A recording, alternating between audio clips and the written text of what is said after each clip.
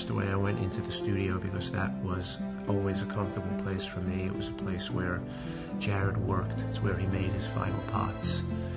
And it's where we shared a lot. I didn't know why I was going in. I just went in. Probably just to be in a comfortable place, well, a place that I thought was going to be comfortable. And it wasn't. It was just, I was just bombarded with memories and thoughts and images and visions, and I don't think I spent more than 10 minutes. I went home. I came back the next day, just forced myself to come back.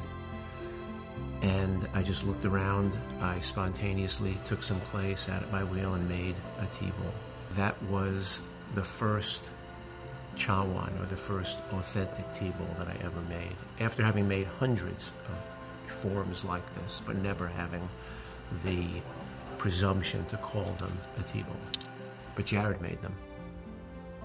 And he made them expertly and beautifully. And this was now my first tea bowl. And then I came back the next day. I made 6 more, and then I came back every day and made 1 a day. And the inspiration, of course, was Jared. Making these chawans as a tribute and as my Kaddish to Jared was there was no thought, there was no decision to be made. This is what I do. I saw these chawans unfinished every day. They were in 2 sets of shelves, 7 feet high and 4 feet wide.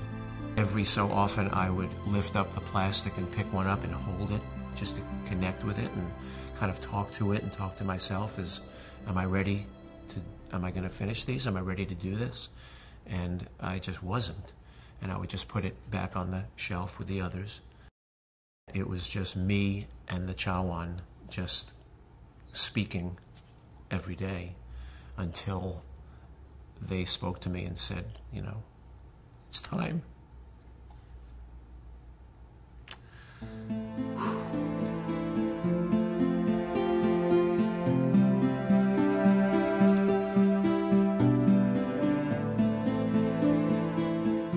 I belong to a group of men,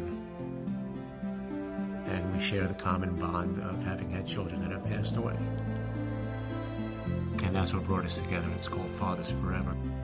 One of the things is the fear that the memory of our children will fade away over time. And what are we doing and what can we do to slow that down or delay it or prevent it?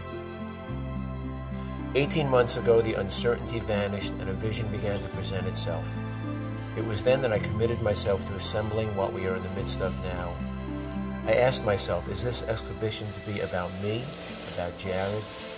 Conceptualizing and installing this exhibition was as much a part of the journey as was the making and living with these objects for the past 10 years. It is as much a part of the journey that I have been on since Jared passed away, and that I will continue to be on for the rest of my life.